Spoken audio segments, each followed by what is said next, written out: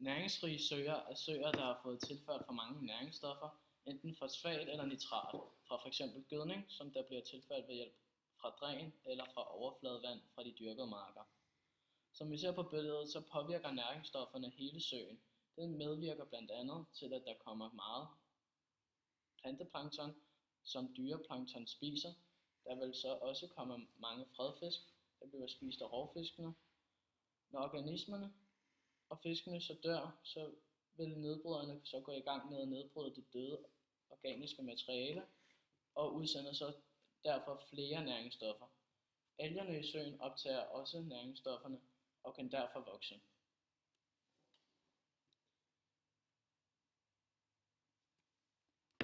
I næringsfattige søer ses en stor vækst af undervandsplanter.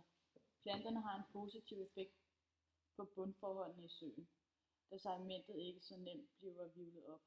Der kan derfor leve flere bunddyr som muslinger, snegle og myggelarver. Planterne er desuden skjult for rovfisk og store dyreplankton.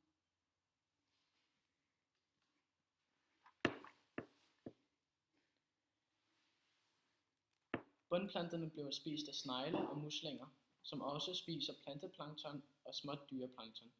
Planteplankton bliver spist af dyreplankton, som også bliver spist af vandlopper og dafnier. Dansemyggelarver og rygsvømmere spiser vandlopper og dafnier.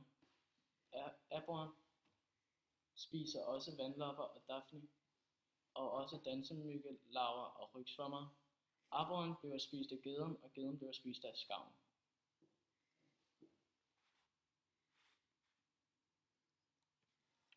På dette billede vises søens to onde cirkler.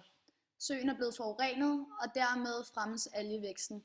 Når algerne dør, fremmes iltmanglen, og fosfor bliver frigivet fra bunden og ud i vandet, som igen fremmer algerne. Når der er mange alger i en sø, så bliver vandet uklart. Når søens vand er uklart, hæmmer det rovfisk, fordi de ikke ser særlig godt i mørket. Det uklare vand hæmmer også bundplanterne og de flere lag af alger, fordi solens stråler har svært ved at trænge igennem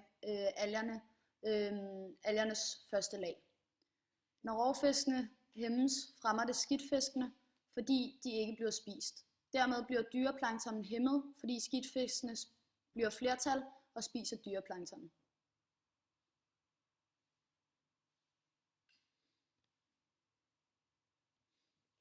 Hvis der er meget kort sigtbarhed i en sø, betyder det, at søen er uren.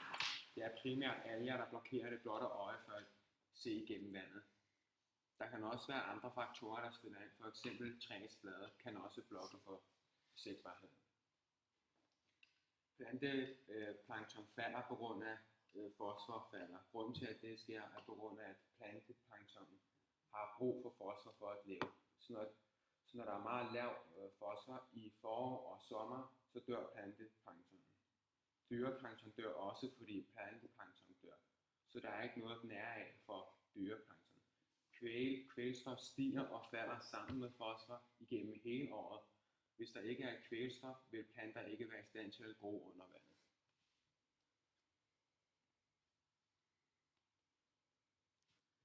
Makroindeks.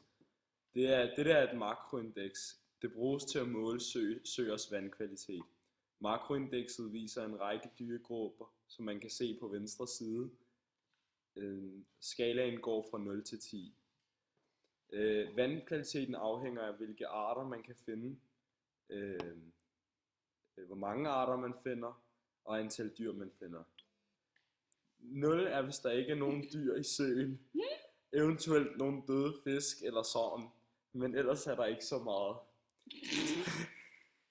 10 er flere arter af slørvinger, og man skal finde mellem 17 til 20 styks.